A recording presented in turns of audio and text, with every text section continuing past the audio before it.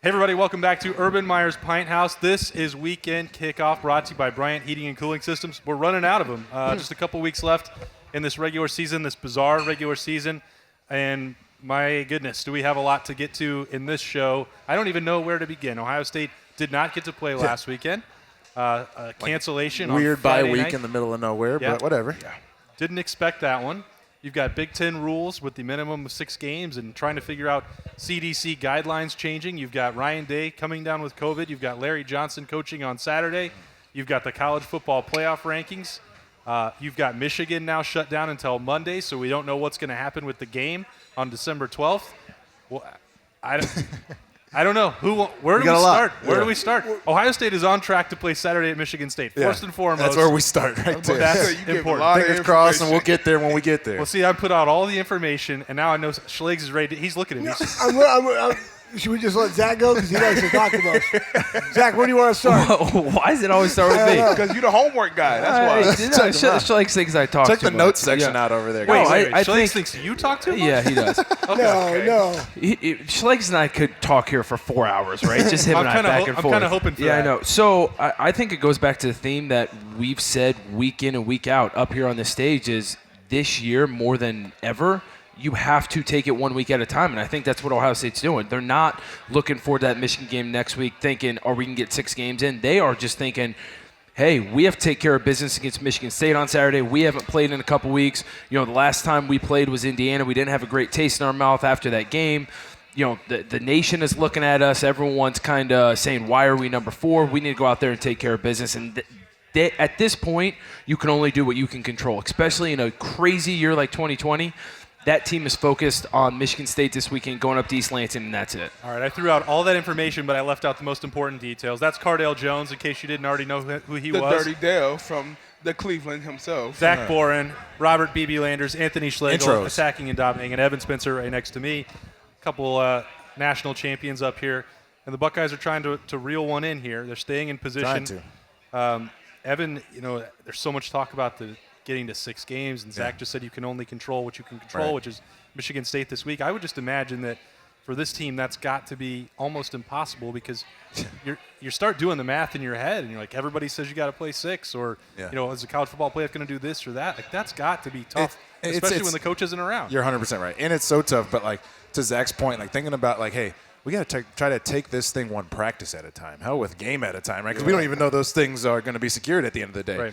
Right, but to get a group of seniors together and get some young guys and say, hey, this is going to be different than anything that you've ever seen before. But let's try to make sure that no balls on the ground are on 7-on-7, right? Little games and little things that stay locked in and make sure that the guys are still perfect. Those are going to be those little nuances will be how this team gets over it. But at the end of the day, it's a small focus, right, and take one step and then another and. Hopefully we get a game, and hopefully we can build ourselves into the next one, and the team comes in, plays us, we kick their ass, we go from there. I think this is very similar to 2014 when we didn't control what we can control, right? So we were sitting, I think we were in 6th place, right, before the Big Ten championship game, right? So it was that, right? Control what you can control, and we knew that we had to go absolutely out there and beat the dog crap out of Wisconsin, of which we did 59-0, right? I'll let your boy. Yeah, absolutely, 100%, right? So you guys were there. You understood what that is. And it goes back to what Zach said, control what you can control. That's how you practice. We can't control what Michigan State does. We can't worry about the game. We have an opponent in front of us because, really, it is the game. But if you go into that game, 4-1 versus 5-0, it paints a completely different picture, right? So then the good news is that you actually have some common sense coming out. And that is Barry Alvarez talking about, CDC guidelines says if you are, close contact with somebody, it's 7 to 10 days because they understand how long it takes for the virus to get in your system, et cetera, et cetera. Listen, at the end of the day, they will make a change. And if Ohio State only play, let's say the game doesn't happen and they only play 5, they will play in the Big Ten championship game because the Big Ten needs them to be able to be in the college football playoff. And I believe that, again, there's so much uncertainty in the college football playoff. You got Alabama could potentially lose to Florida. Then you got 3 SEC teams with 1 loss. Clemson on a neutral field with Trevor Lawrence could beat Notre Dame. And now you have 2 ACC teams that have 1 loss. And then you have an undefeated 6-0 Ohio State right there in the mix. The question would be, where do they get seated? Right? Do they become 1? Do they become a 2 or a 3?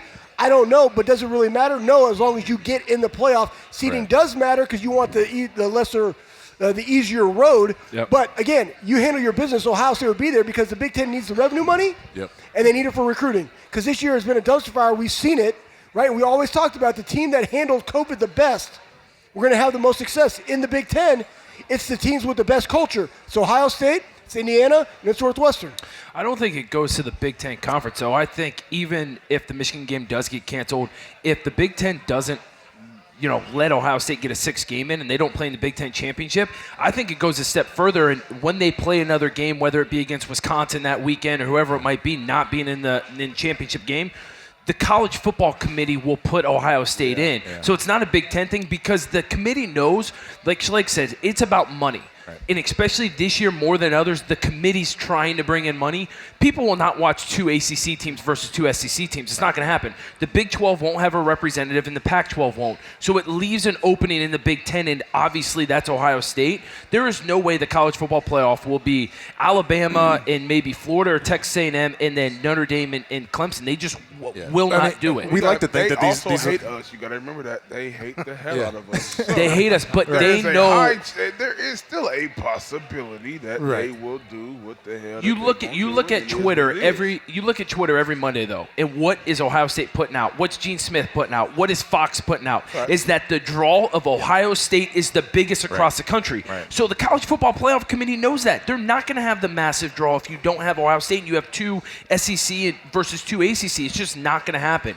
That draw is worth something to the committee. There's a reason why Ohio State goes from 6 to 4 in 2014. Granted, my man Cardale was slinging. Hey, come on, dog. They got like 100 yards total offense, too. There's a reason. Exactly. But there's why did Ohio State go in over Penn State when Penn State was a Big Ten champion and Ohio State still made the playoff, right? Ohio State polls fans, and they know that. Yeah, I agree. And that controls money, man. It really does. No, I agree with that, but I think this year too is the perfect storm for a Cinderella story this year. You got a undefeated Cincinnati who got to potentially win out and be conference champs. And then what if Ohio State can't play these last 2 games and can't represent their side in the Big Ten, and Indiana wins out? But Indiana's not going to win out because they don't have Penix and they got Wisconsin. You never know. So I don't know. You never know, but we're going to find that out. But here's the thing. The Big Ten's not going to put a 2-loss Indiana versus potentially a 2-loss Northwestern for the Big Ten championship. Well, if they went out, they'd be 1 loss. Indiana. If they went out, but they don't have their number 1 quarterback. That's the problem. They're playing Wisconsin. They're losing. Are you telling us you're picking Indiana? Of course I am. I'm with Dell on this one, too. I'm picking Indiana as well. I'm not a Hoosier fan. I got Indiana. They gave me a headache for 5 years. Hey, if you can compete, you can compete. You know what I'm saying? Like, when you look at 2014, we were able to be so good because – dog, you were talented, but also we were all like, hey, everybody else has got to raise their game in order to make sure that we can still be efficient on offense, on defense, on whatever. Every hiccup we had, that 2014 season, every hiccup we had, we got better as a team after that. Right. Think about how good we got after. I mean, we shit the bed versus Virginia Tech the second game of the season, but when Braxton went down in camp, we got a lot better. Right. And then when we shit the bed versus Virginia Tech, look how the team just took off. Yeah, and then when JT went down, we needed the loss. Exactly. It's because you were a quarterback. And then JT went down, and we continue to get better. So 100%. I think this is going to be somewhat of a situation for Indiana. I mean, they lose their guy, but guess what? They got to keep hitting the ground rolling because they know what's in front of them. Yeah. Right. You also bring up an interesting point, Cardale, which is that Schlegel is assuming the Big Ten will finally make the right decision for the league, which they've done repeatedly wrong since August. Yeah, they haven't done it. Oh, by the way, has anybody out there heard Kevin Warren lately? The answer is no. Is he out there tonight? I don't see him tonight. He's over there in the back in the 7-0 gold pant room. I don't think he's welcome in Columbus right now. But that's the man. He's bad. But that's the other point. So they have not. The Big 12 has already come out and said, "Yep, CDC guidelines changed. We're going to enact that right away." Where's Kevin Warren for that for the Big Ten? When you're talking about this whole week, Gene Smith said, well, we're going to focus on Michigan State. We're not going to try and get a change to the 6-game minimum this week. If it comes to that, we'll have that conversation later. But Barry Alvarez is speaking up for him this week, and it's helpful. But you haven't heard anything from the league that's like, you know what? We left this huge loophole. We thought that we'd fixed it, and this was going to be the most fair way. But you have the team that beat Indiana head-to-head. They're the only 2 teams that can go from the East because Maryland's not playing this week. They weren't going to win the East anyway. Yeah. And and Ohio State simply has to play to qualify. Like, that is insane. Yeah. I think Go ahead. No, you the reason they're not going to hear them come out is because they don't want that situation to happen. They're going to wait till the last second possible because they're a bunch of intellectuals that said, you know what? Here's the deal. We are so much smarter than everybody else. We can postpone our entire season back. We're going to rely upon our intellect to say we're going to have this rapid antigen testing, and COVID is not going to be able to penetrate the walls of our facilities in the Big Ten. Oh, guess what? It has. So you should have played the season when you should have played it, which was in September, to give yourself a buffer, or you should at least started in early October so you could have 2 different bye weeks so you could reschedule some things. But they didn't want to do it because they thought they were so smart. Guess what? You're not so smart. You don't have a daggum whiteboard. You don't know how to execute. Yeah. You don't know how to go back and say, hey, I was wrong, and correct it. So what are intellectual people that like to think they're the smartest people in the room? They will make that decision when it's forced upon them to make it, because that's exactly why we have ball this year. They waited till it was like, you know what, everybody else is having success. Right. To where they couldn't be wrong. Yeah, right? yeah, The political body is going to wait until the last minute, and then they're going to say the thing that they need to say, right? Because they don't want to be too far forward. They're awful. And saying and being on the record with, comments that they don't want to have. Poor leadership, Big Ten. And that's what I said in the really beginning. Kind of hit it on the head is because, I think they don't understand the amount of pressure that you put on these kids. Like the two of y'all. Perfect Thursdays is that, Perfect Thursday. So imagine having a perfect Thursday for a bloody Tuesday. And that is the pressure that you put on these 18, 19, 22-year-old kids on a day in and day out basis. And it's like, you're coming in and you got to have a perfect Tuesday, perfect Wednesday, a perfect Thursday to not even know if you are going to have a Saturday. You know what I mean? So, it makes it harder not only on the kids, but you're putting these kids in bad situations to where whether they want to play or not, you got all this COVID crap going on, and you think you're smarter than everybody else. You're putting the kids and the guys that got to play on a Saturday that has to practice on a Monday and Tuesday, or Tuesday, Wednesday, and Thursday, and make sacrifices on Mondays in a position to where they're not.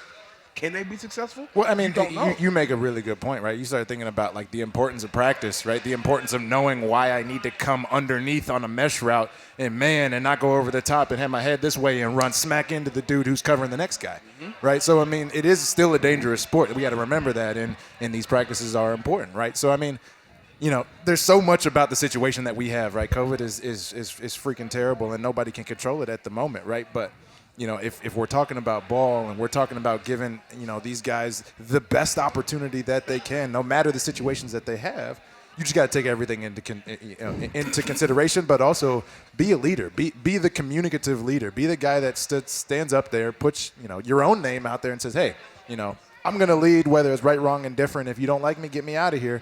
But I'm going to at least try to, speak for the dudes in the Big Ten. Kevin Warren doesn't do that. Like I said before, when we talked about this, when they pushed the season back, when they came out with the schedule, and we talking about the schedule, we think about playing Michigan in the middle of the season, and they canceled the season, all that stuff. I said it shows a lack of leadership and a lack of accountability within the Big Ten starting from the top to the bottom. So I'm not surprised to see that we in a situation as a conference, but it sucks to see clearly as Ohio State fan and alumni that we put ourselves in a situation like this that we had no control over, which, I mean, a lot of people around the country is dealing with COVID, but just the simple fact of the protocol when it comes to getting the games, the number of games that we need, the Big Ten totally let us down as a conference. Yeah. Cardale for president, man. What's up? And they've got a chance to try and save it. Zach, you kind of touched on this. If the game can't be played next week, the Big Ten can salvage it by, setting up, rescheduling Ohio State's game with Maryland for next Saturday, for example. There are corrections they can make that would be in the best interest of the league, and all of you have made this point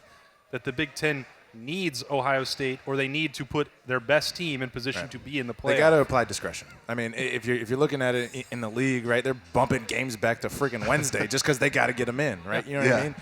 It's a year that is so odd that discretion is the only thing that makes sense, to be fair. Yeah. It's a year where flexibility and adaptability are paramount, of which we have a governing body and a conference that does not want to be flexible whatsoever.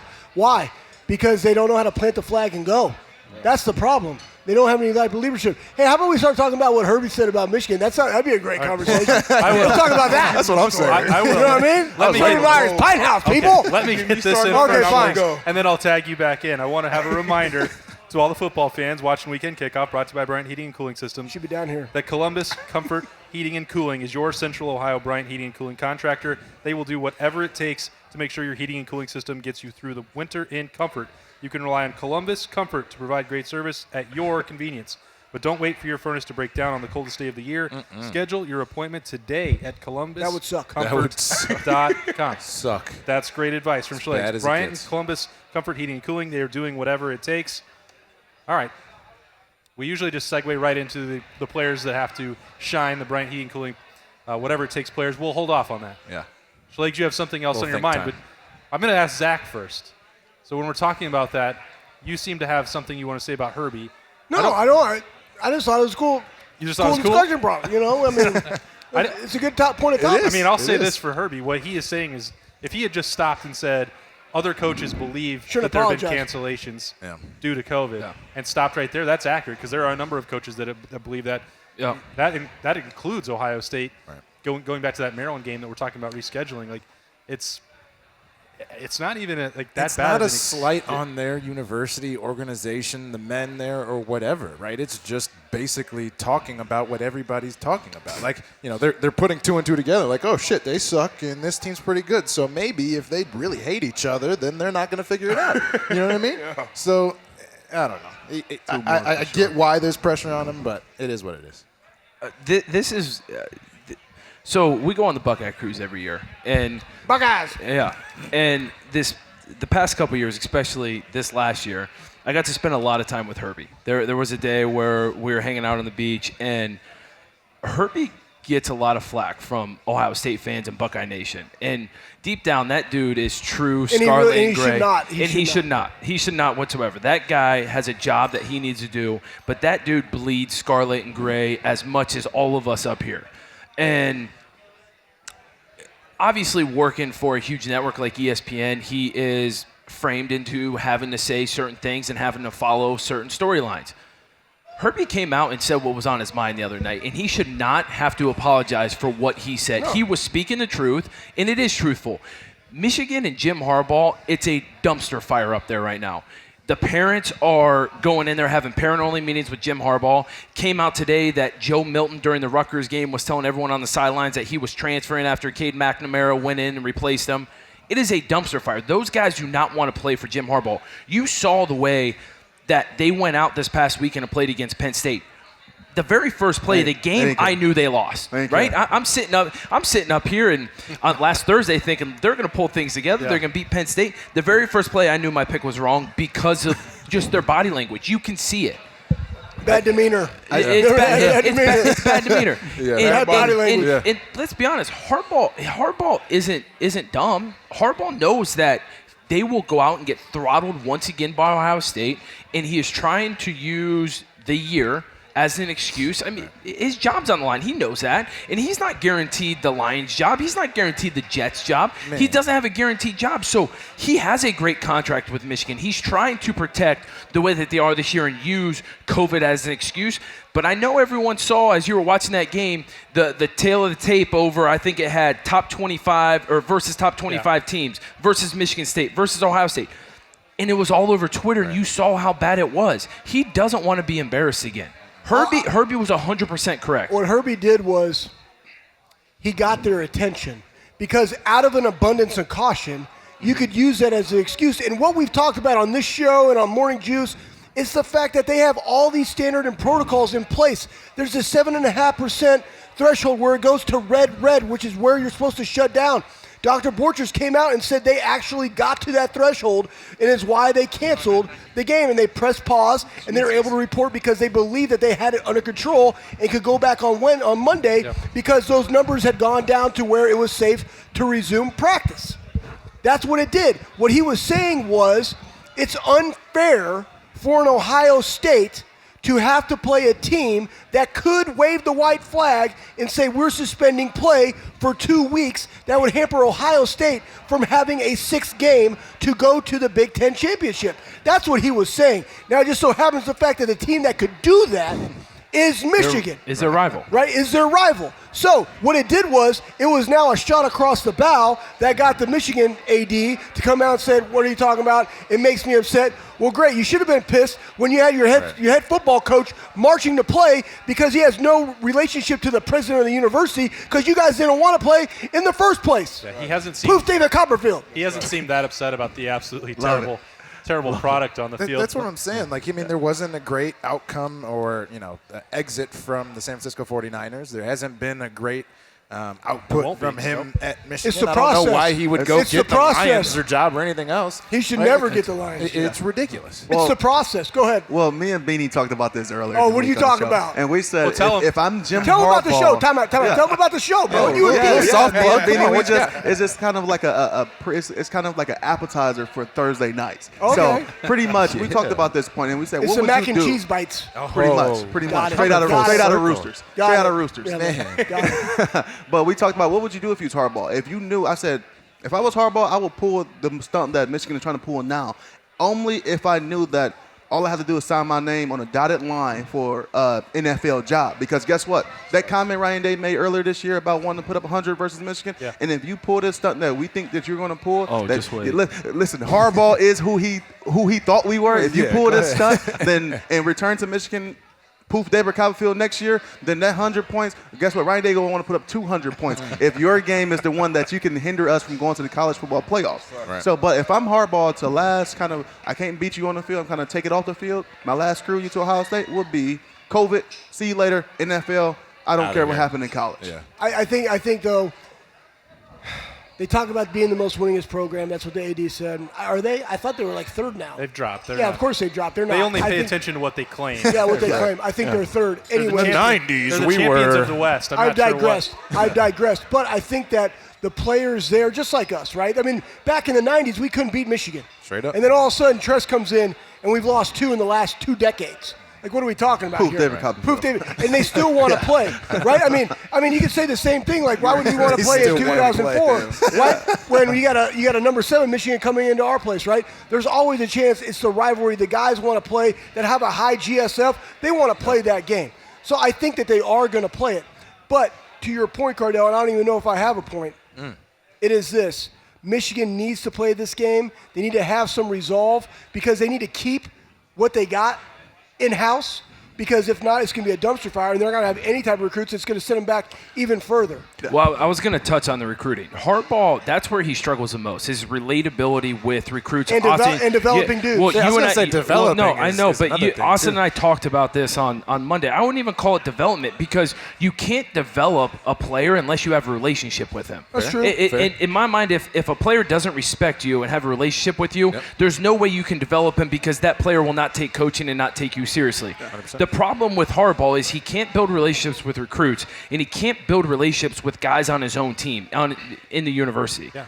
And so from that standpoint, when it comes to recruiting, if he doesn't play next week and they don't start saying, hey, we're going to take the precautions, we're going to walk on Maryland, we're going to walk on that game because we want to get ready for the Ohio State game next weekend. If he said that, he would have some respect of recruits. If he walks away and says we're canceling Maryland and walking out of the Ohio State game, that people say there's not negative recruiting. There is negative recruiting all the time. Right. You better believe that every coach that is recruiting against Michigan is going to bring that up. Your head coach doesn't even want to play against the biggest rivalry in all sports. That's what I said. If he pulled that move, he can't return next year. No, he can't. Because for one, you're going to be you're going to be the guy who. I mean, I don't know how many years this game's been played in a row consistently. You're going to be the guy to determine if it's to break that streak, not win or losing it, but to have that, like, think about how big it is around here and pretty much all around the country and all around the world because it's Buckeye fans and Michigan fans everywhere. 100%. And you're going to be the guy that already this. Don't be that guy. Already, yeah, don't be that guy. It was already weird not playing this game and leading up to freaking Thanksgiving. You got your family talking about it, and then Saturday you're playing this game. But you're going to be that guy that don't play it in 2020. 2020 has already been messed up. Right. But this is what you'll be known for in 2020, not COVID.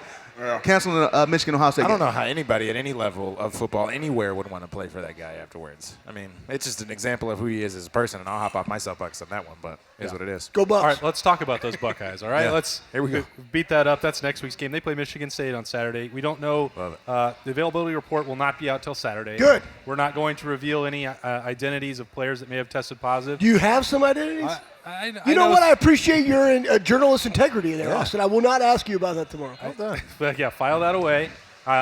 Hey, by the way, but I he's think you not guys- related to Heinz Ward. That's correct. I just found that out. But That's real. I would hope that you five already knew that I do things the right way because you chose to come and hang out with me on Weekend Kickoff anyway. But that's beside the point. For this game, we know that Ryan Day will not be there. All right, we know that Larry Johnson is going to be the interim head coach for this game on Saturday. Hell yeah. Not a surprise, I think, to any of us who've ever met him, but BB, you actually know him best. I know you've got a tilapia taco going right there, but Buckeyes. But LJ getting his opportunity on Saturday, how much will that mean to him? How will that impact game day protocol for the Buckeyes? I'll say this: as far as the meaning for him personally, Coach Johnson is he is the perfect person to take over the role, but he does not like the spotlight. No, he does not. So, as far as the value of it, it doesn't hold a lot of clout for him because he loves what he does. He is a defensive line coach. He is phenomenal, and he is the best at what he does when it comes to his specialty, and he wants to stay in that role. Now, with this everything going on, he has to step up and take over a bigger role, plus taking on his normal day-to-day role. He's the perfect person to do so. He does not mind doing it. He will be phenomenal at it. Now, if it was up to him, he would not do it. You know what I mean? So I feel like him taking over the role, he's going to put the boys in the best possible position to be successful, but it doesn't hold much clout for him. Yeah. He's going to do what he can on a day-to-day basis to impact the boys in his room on a day-to-day basis. So this situation is going to be if it was up to him, a one-time ordeal. Yeah. He has to take over the role now. He would not want to be a head coach at Ohio State in the future. Right. If I think I know him, what did I do? And I think I know him pretty well.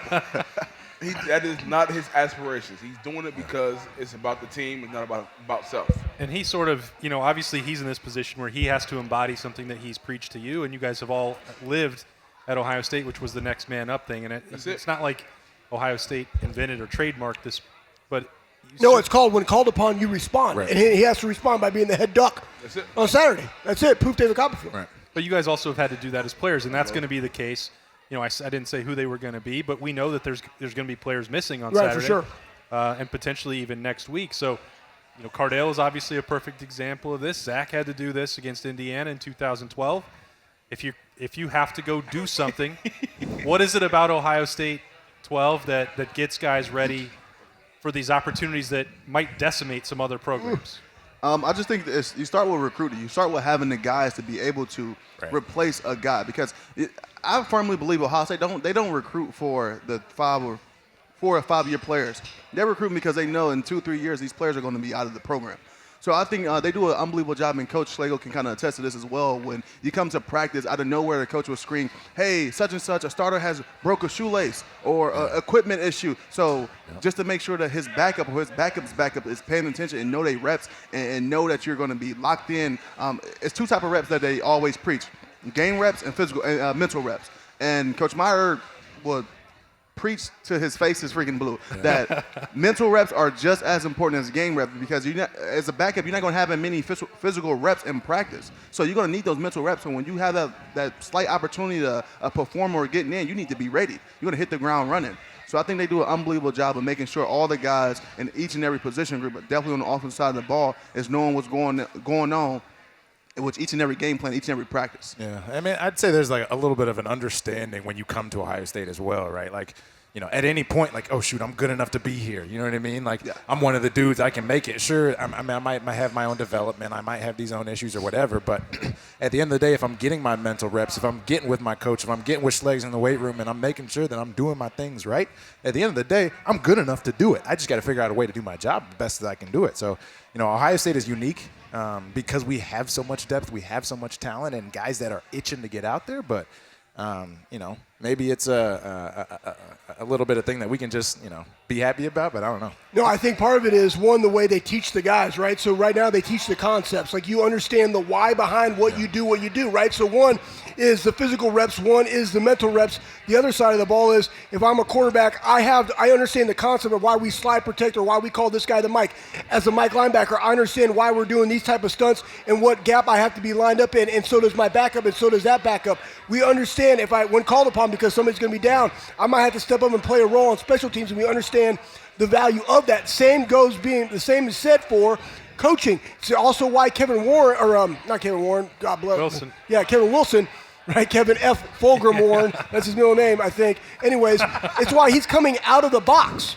right, and onto the field. Why? Because Ryan Day is no longer there. He's the offensive coordinator. He wants to be able to talk and look Justin eye to eye. So you can do that. One, he's already been a head football coach, and that's the other thing too. Just like they have, excuse me, ooh, that's got spice. Just like they try to recruit the best of the best because they try to out-recruit you. Doesn't phase him. They try to out-recruit you. Always in motion. Never always, stop. Man, always. They try to out-recruit you. Same thing is being said for their coaching staff, right? So you got Larry Johnson, who really should have been the next head coach at Penn State. He wasn't. That's why he's here, right? Kevin Wilson, former head coach. You have all the other guys that are on the staff that eventually Brian Hartline will be a head coach somewhere. Yeah. You have all these guys with all this knowledge. Stud's been in the game for 30 years, right? So you have all this talent that comes in, pushing each other. That's what elite leaders do, like Urban Meyer and Ryan Day. They provide hope and opportunity. And guess what? This week, without the head Doug being there, the opportunity is for you to step into that role and execute at a high level. Yep. Wow, you are all over the place with that response. Hey man, I think Austin was talking more about the players than the coaches. No, I know, but it goes for everybody. I'm glad it goes for everybody. Everybody's in business. Here's the difference. All are Buckeyes. No, here's the difference. It's pretty simple. When you go to Ohio State's just different. It's a mental state. When you go to maybe Illinois, Purdue, Iowa, so to speak. Rutgers. Rutgers. I'm happy to be there. No, some of those guys go there to say, I'm a Division I athlete. I'm wearing the sweats. I play in the Big Ten. When you go to Ohio State, you go there, it's a job. You go there with the mindset of, I'm going here, I'm taking care of business. It's not that I'm a Division I football player. It's that I'm going here to dominate, win national championships, and go to the NFL. Right. That is their mindset at Ohio State, and that's the difference between Ohio State and every other school in the Big Ten right now, and that's why they've been so successful. So you've got these guys who mentally have been prepared, have been working at their job, and it's finally time to go. These guys that are stepping up, they've been chomping at the bit, right? They're foaming at the mouth to get out there because they're not just going out there to wear the sweats and show up and, hey, high school buddies, watch me on TV. I'm on ESPN. No, they go there because I'm making a name for myself. I'm trying to go to the league. Some of these guys, this one game that they play, or maybe two games, depending on how long the Big Ten holds guys out, if they play against Michigan, this Michigan State-Michigan game, some of these guys could get drafted off of these two games. Right. So these guys are ready. They've been ready. It's all in the mindset. And so, Austin, I think that answers your question way more than Schlegel. Thank you, Zach. I'll say this. I think the mindset comes down to the culture, too, though. You got to think about how Coach Mick, we're going to be honest. Coach Mick, you're with him 85 to 90% of the time out of the calendar year. The way that Coach Mick trains us and the situations that he put us in between competing against one another, just the day-to-day workout, which, honestly, if we're going to be honest, is designed for you to buckle and fail. You know what I mean? And I remember at one point in time, the motto was train like the Navy SEALs. So it's like, so he can tell you about it. So it's like. Cardale was doing band workouts. What are you talking about? He wasn't that high maintenance. I didn't get that until my last year. He didn't get that. He didn't get to that point. No. He didn't get there. I'm squatting with the linebackers. That's a love that's earned for sure. Right. Yeah, and they didn't like me as well. My first. The biggest thing with that is just like the mindset and just how we train and prep for a season that in that moment of time is just so far along, it's just completely different. You know what I mean? So going into each season as a Buckeye, you're not worried about winning games. You're worried about winning, honestly, national championships. You're not worried about winning the Big Ten championship. You're supposed to win the Big Ten. Yeah. You're supposed to dominate every team in the Big Ten. You're supposed to dominate week in and week out. The biggest thing is getting to the national championship and getting a national championship. All right, I let this segment go on way too long, but we still have to get in the Bryant heating and cooling, whatever it takes, players in the game. Yes, I love Bryant heating and cooling. This is specifically what if it was for Schlegel. Summer. Let's do it. Let's do it quickly so that you guys can take a break and we can drink some more Coors Light. A player to watch on Saturday. Who needs to show out if that domination is going to continue against the Spartans? Evan, you go first. Oh man, who needs to show out? Justin Fields, right? Just a bounce back game. That feels like it was 10 years ago, by the way. The three exactly interceptions, right. Because I'm sitting here like racking my brain. I'm like, what? How did that game go again? No. But at the end of the day, right before that game, everybody had conversations about how this guy might be the Heisman front runner, et cetera, right? Yeah. Like nobody's saying that talent isn't there anymore. Just pick the ball up and keep going, right? I think that it'll be a big game for him as a leader. I think it'll be a big game for him throwing, running the football, and everything, right? But I want to watch how he communicates. I want to watch how he responds, and I think it'll be fun. Schlegel? I'm going to say, I would say the secondary, but I'm only going to pick one guy, so I just say Shaun Wade. I want him, to have a little bit of swag. I want him to drop a sack and attack. Right? Somebody back there has to step up and be the dude. Right. So it might as well be him. Write that on the shirt. Yeah, drop a sack and attack. Right? Yeah, you're welcome. You're welcome. That's what straight coaches do. Just a couple money bags. There's the idea for your. Boom. Yeah, drop your sack. I mean, honestly, I got a bunch of shorts, man. Charges to winning, meat missile. I mean, whatever you want, I can make it up. Hey, we talking about Schlegel. He's in the whole other caliber, bro. Yeah, man. Yeah, I'm special. Okay, anyways. So the answer was Shaun Wade. Shaun Wade. All right, BB. Yes, next. Okay, so, normally I typically go with the dark side. I'm a defensive-minded guy, but for me, it's going to be the running back room as a whole. Okay. I feel like one of the biggest things with our offense is we're not establishing the run as efficiently as we need to or we've done in the past, which is the reason why our offense is What? They rushed for 300 yards. There you go, man. But it wasn't as efficient. What? Let's really be real. Like the running backs really didn't start being efficient to the second half, right or wrong?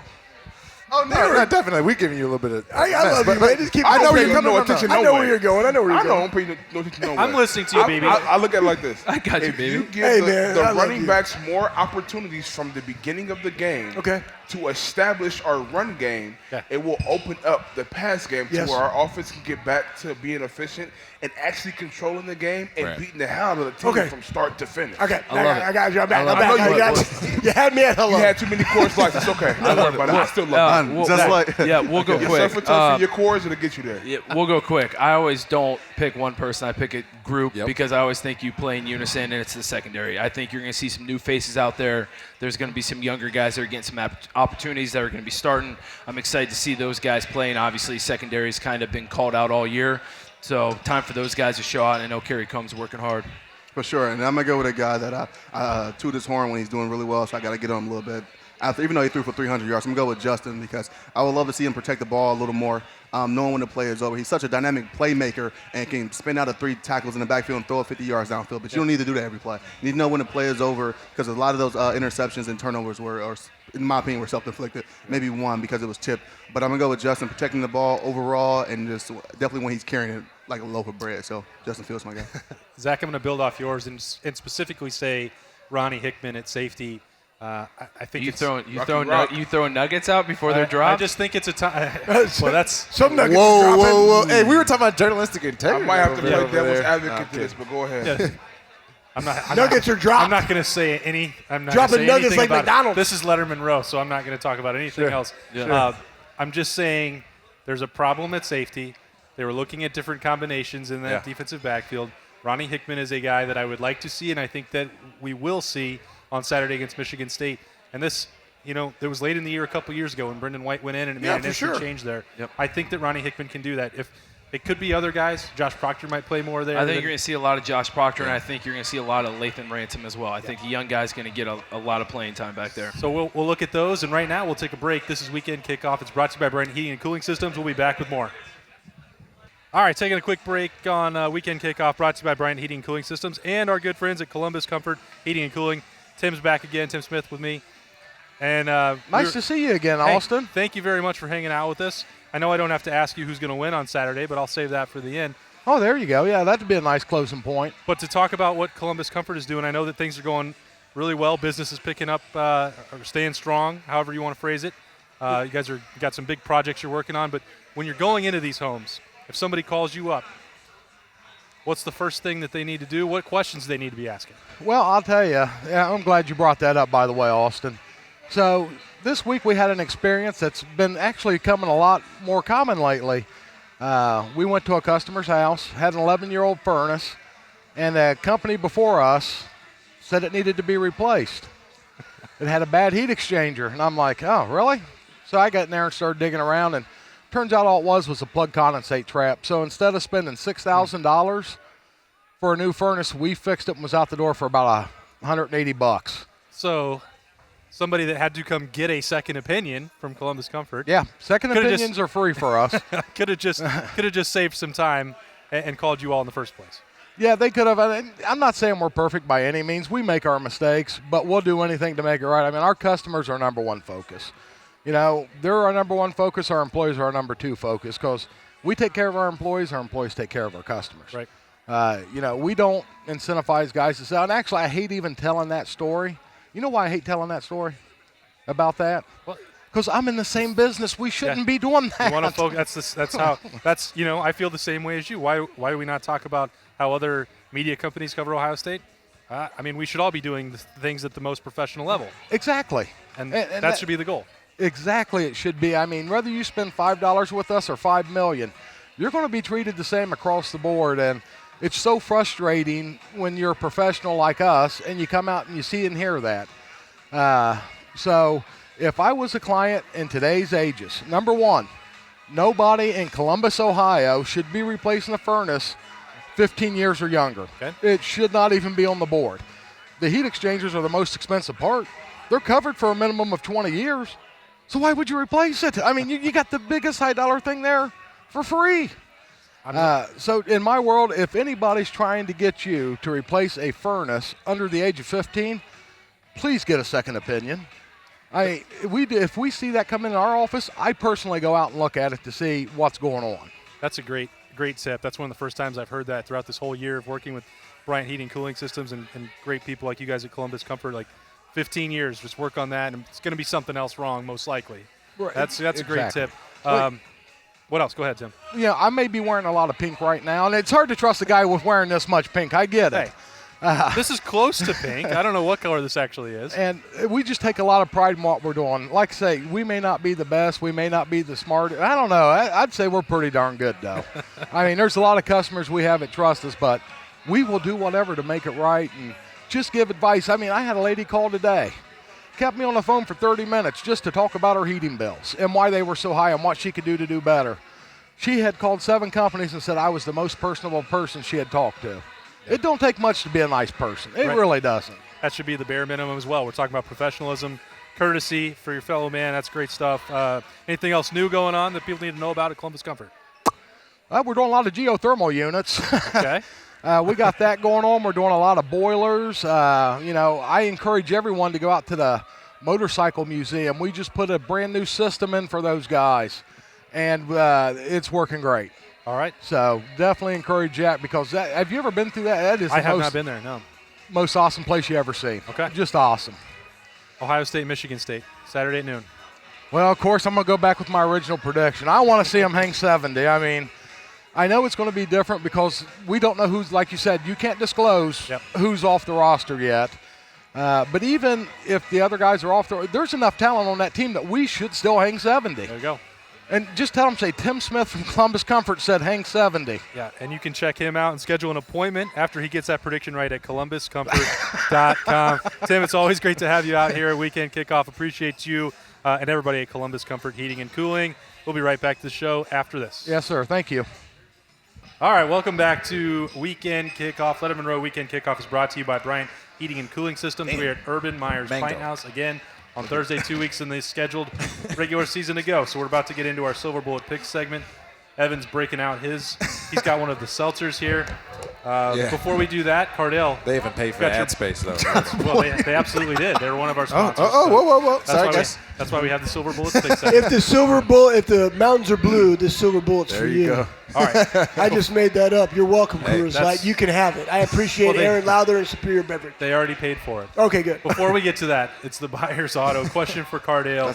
This is fantastic. And so the same way that we talked with BB about I appreciate you. Larry Johnson taking over, well, the fact that Ryan Day's not there as the play caller, for Justin Fields, a quarterback and his play caller. Kevin Wilson will come down. He'll work on the field. But to have that disruption, as much rhythm as you develop with the guy that's in your ear. Two-man rhythm. How significant is it for Justin Fields that Kevin Wilson will be that guy instead of Ryan Day this week? Is it significant at all? It's significant because I can remember when Tom Herman left to take the job at Houston. My following year, we had Ed Warner and Tim Beck calling plays, and just the interaction. Sweet baby Jesus. Not necessarily the play call style. What makes a great play caller is his rhythm. It's how he can get off script. He don't have to look at his script to put the team in rhythm. It was times when Tom Herman was calling the next play while we still finishing up the play that's going on, just because of his rhythm. So his rhythm will change with that, where you got a different guy calling the plays and your interaction on the sideline. I know a guy, like I said, Tom Herman, he was a quick, hit the nuggets and that was it. And Tim Beck was more of, he was harping on it the whole time while you're on the sidelines. Never a chance for you to take a break or to decompress and talk to your guys on the sideline. He was overcoaching you. In a way, but I wouldn't say he was overcoaching, but he wanted to make sure little things were hit. Yeah. Like, as we were thinking about the next drive, like, he will say, hey, don't forget your safety on this one. But, okay, on this play, hey, we might start with this one. Don't forget like, Herman wasn't like that at all. Sure. So it just the rhythm and the style in your interaction. I know I had to tell Coach Beck a couple of times, like, hey, like, okay, like, let it happen first. Because if we get the ball, if we get an interception and we got the ball on the inside the 5, we ain't calling none of them plays you we talking about. So just the interaction. That. Yeah, just the interaction and just the way they, go back and forth with each other be different. That's a great question. Yeah, it is. You should give that person a T-shirt. I will. I certainly will. Part of that, too, Zach, when you look at this, and Cardale's talking about 2015, is Urban talked about how decisions were made collaboratively by the coaching staff, and that you sort of knew what the script was going to be. But you can definitely tell that guys have different styles, what plays they want to do, what plays they're going to call. That's just natural. Kevin Wilson is not the same as Ryan Day. Exactly. So when you get into a game, when you had a guy like, I don't know Coach Wilson's background or what position he might coach. What position he's coaching at Ohio State? He's good tight ends. Okay, so for example, what Zach likes. Okay, for example, Herman was the quarterback coach and offensive coordinator. True. He called plays based off getting the quarterback settled and into rhythm first. If it was a running style, it was a passing style. Like with JT and Braxton, it was like, okay, a lot of more zone read, a lot of quarterback powers. With me, it was like, okay, first play of the game, you asked me what I want to do. I want to go deep. I want to get the pie. I want to throw the ball. Like, I don't want to just hand it off or go for a zone read. And then when we went to Coach Beck and Coach Warner was offensive line coach. He had more seniority than Coach Beck, so he had majority of the plays. So he was more so, let's get our offensive line going. Let's get our guys going downhill. Right. And then out of nowhere, you want to go downhill with a great running back like we had Ezekiel Elliott. It's out of nowhere, it's 3rd and 8 after 2 run plays. Now you tell the quarterback go complete a pass and get a first down when everybody's dropping 8. Yeah. So your style of play calling is going to be different, in my opinion, based on what a guy think he need to get in rhythm. True. But think about let's just say quarterback throws a pick, right? The next time you guys take the field, right? You get that 5 to 10 yard out route versus off coverage. How much confidence does that give you, right? But that's like rapport, offensive coordinator to quarterback. Know how to settle your guy down too. Yeah, that's another big point. Know how to settle your guy down. But also you got to settle your offensive lineman down. True. And I can remember, like I said, going back to the 15 season, how we had a guy going from primarily – the guy got recruited as a defensive lineman. Then he plays a guard. Then he was my starting right tackle, Chase Ferris. Yeah. So it was at some points, he wasn't our weakness in our offensive line, but sometimes he was exploited because his new familiar of a position being on an island by himself. He get beat left or right. You got to send or a tackle to help you as a guard, but not as a tackle. So it was at times we try to settle him down or get him more comfortable running the ball to his side or things like that, vice versa. But it might be throwing off the rhythm of pretty much the other 10 guys. It's difficult. At the end of the day, the best coaches out there are great teachers during the week and are great motivators and cheerleaders on the weekend. That's it. Let them go. They are motivators and cheerleaders. That's it. If people think you're really making massive in-game adjustments in a game, you're not. It all comes to play calling. That's it, right? Exactly. You coach to what your players do well, and that's through motivating and cheerleading. That's it. I mean, that's what coaches do. They are essentially cheerleaders on the sideline, and that's not a knock against coaches. It's just the great ones do all of the coaching during the week and the teaching, because guess what? On Saturday, those guys don't want to hear. You're so focused in. You're not trying to teach from the previous drive Tim Beck. Exactly. Guess what? Whatever happened last drive, you can't change it. Stop talking about it. I know. If you coached me right during the week, I know what's going to happen the next drive, and I should be prepared for it. Players play, man. Hey, I'm going to be honest with you, though. For coaches to be in that position and be in that situation, you have to have great players that know what the hell they're seeing, what they're experiencing, and what they're dealing with. Yeah. So when you come off on the sidelines, you as a top player, you have to be able to communicate with your coach. Hey, coach, he's doing this, he's doing that. They're doing this. When they're in this personnel and they have X, Y, and Z in, they like to run this. This is how they like to run it. You have to be intelligent enough, and your football IQ has to be high enough to communicate it with your coach. And you have to have that trust level with your coach that's all right, you know what? Let's do this. And it takes you out of a bad spot, puts the team as a whole in a good position. That's what makes Saturdays at times a lot easier for coaches to be cheerleaders. And this is one of the reasons why, and y'all can knock me if you want, I don't give a damn. Graziano, when he's trying to play chess, it is an issue compared to a Coach Fickle. Coach Fickle is, if you got to ask me 3 or more questions, we're throwing it in the trash. We can't beat you in our base defense, then we're not going to run it. Yeah. So that allowed us to be efficient on every Saturday. Sure. So where he could sit back and just, okay, over 4. Over 4. You never had Jim Haycock. Over 4. Like, okay, that's fine. Yeah. I mean, I tell you what, you guys are spot on. The biggest thing is if you taught them right during the week, Jim Haycock and Luke Fickell, those were my coaches. They were phenomenal. They did exactly what Zach and Cardale said. And because here's the thing, then you have elite players that have high football IQs. They're already going back to the bench. And I'm talking to AJ, and I'm saying, hey, AJ, every time they motion this guy over and they go 4, guess what? I'm going to bump back over. I'm going to alert you for first crosser. Why don't you bump to a 20 technique, right? Because he's coming. Exactly. And I'm going to go jump this Yogi, and we're already talking about it. He's like, hey, what did you guys see out there? Boom, motion over, 4. We're going to go do this. Great. And then you leave, right? Because they need to talk amongst themselves. You guys had better conversation than us. We're rolling off the field like, dude, can you believe what that dude called me? Did you hear that? Exactly. Did he really just say that to me? Yo, mama. Yeah. Hey, dude, what's that guy's girlfriend's name again? Like, tell me.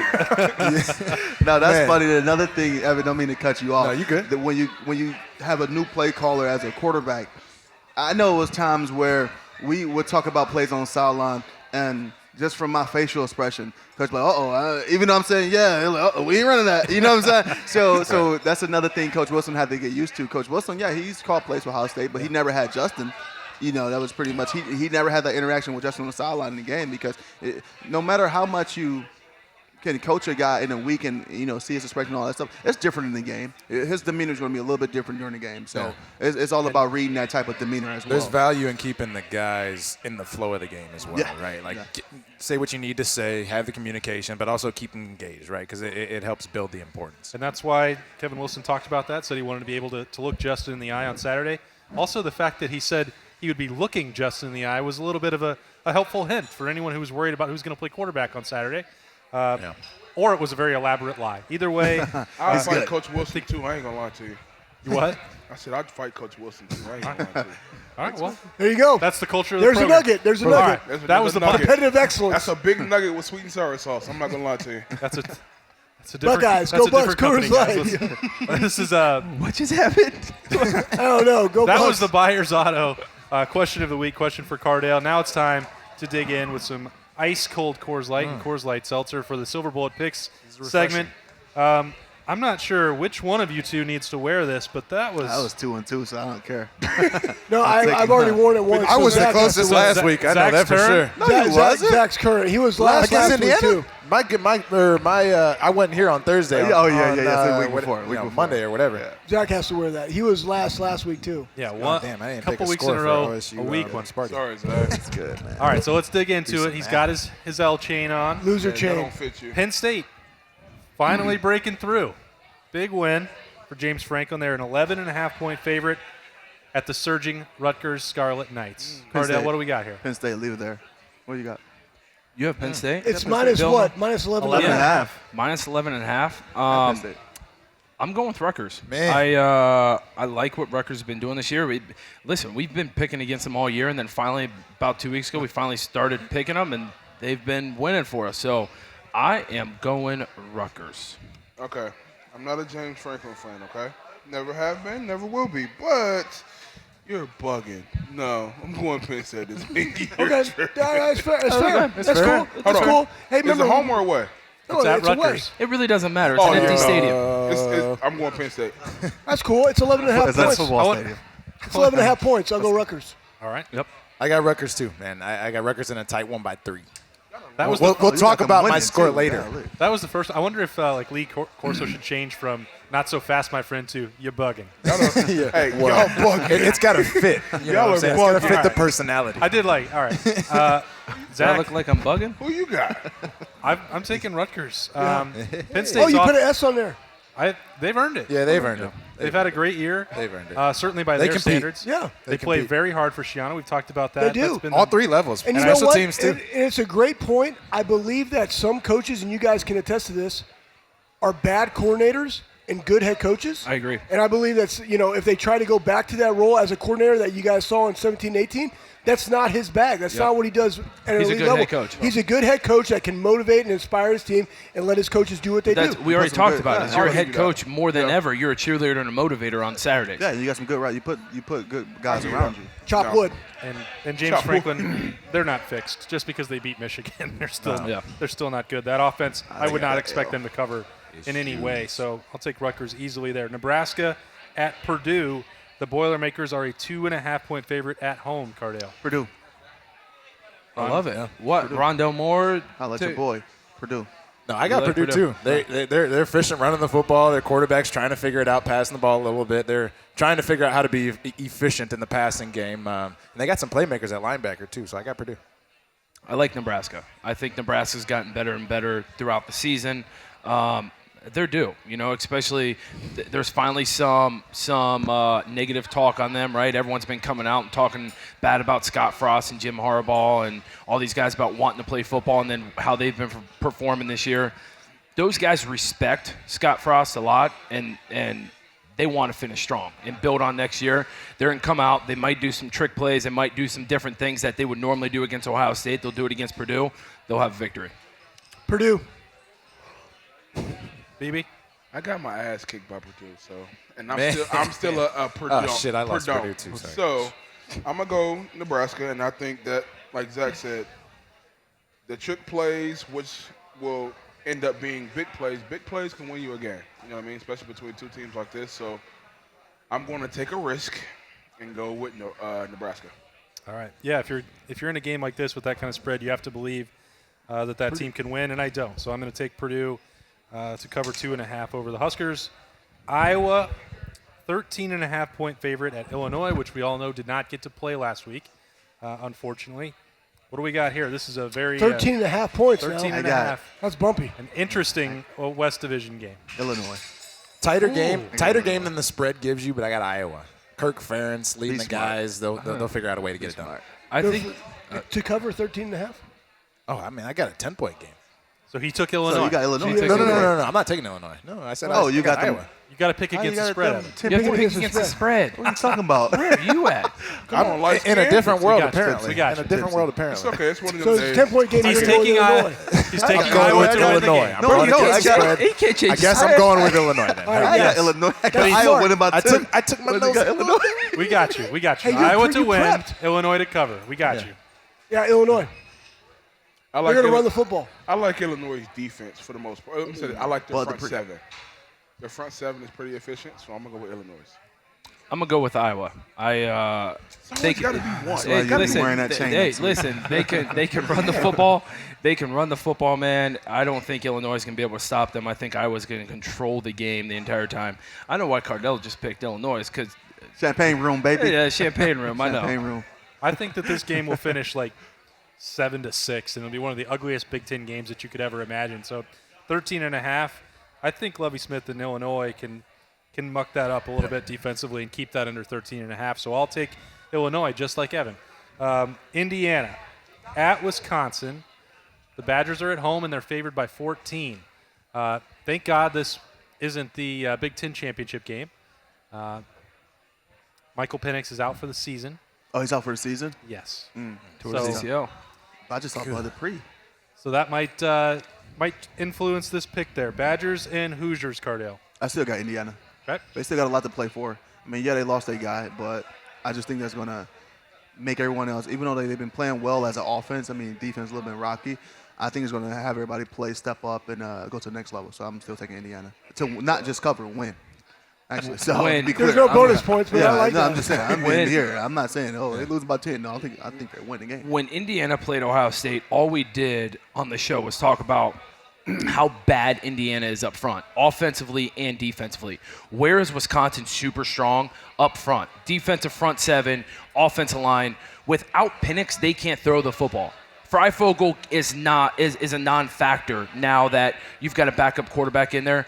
I think Wisconsin just dominates by running the football. I actually think Indiana might score 3 points all game. I think it's going to be like a 28-3 game. Wisconsin covers. They're just going to run the football and dominate. I feel like Wisconsin's O-line and D-line are very suspect to me. I'm not going to lie to you. So, for me, I don't look good in the Hoosiers uniform, but I'm going with the Hoosiers. I'll go Wisconsin.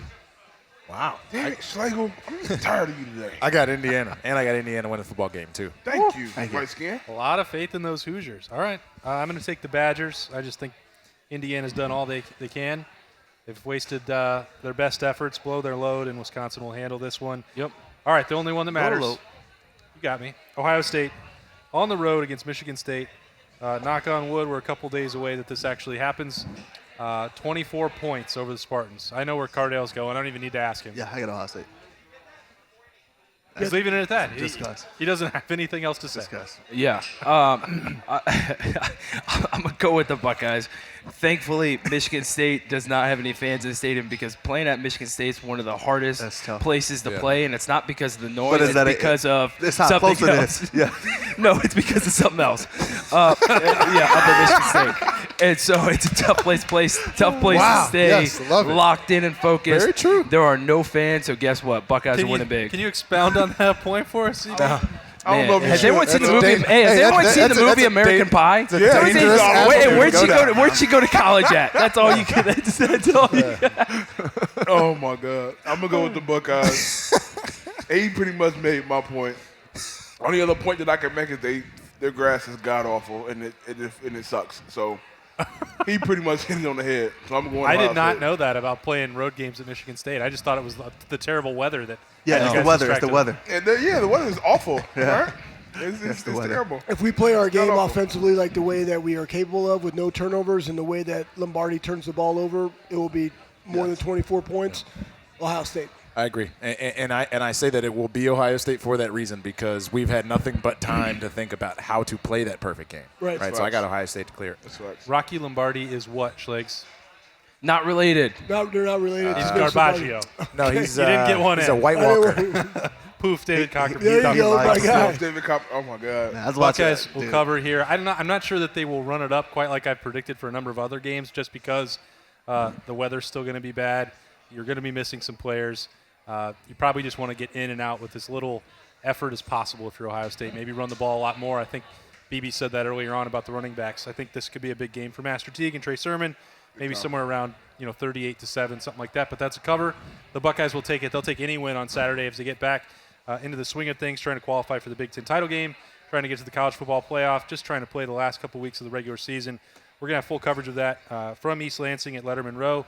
Appreciate Cardale Jones, Zach Boren, BB Landers, Anthony Schlegel, and Evan Spencer for hanging out with us. This has been Lettermen Row Weekend Kickoff, brought to you by Bryant Heating and Cooling Systems. We will see you next time. Go Bucks. OH!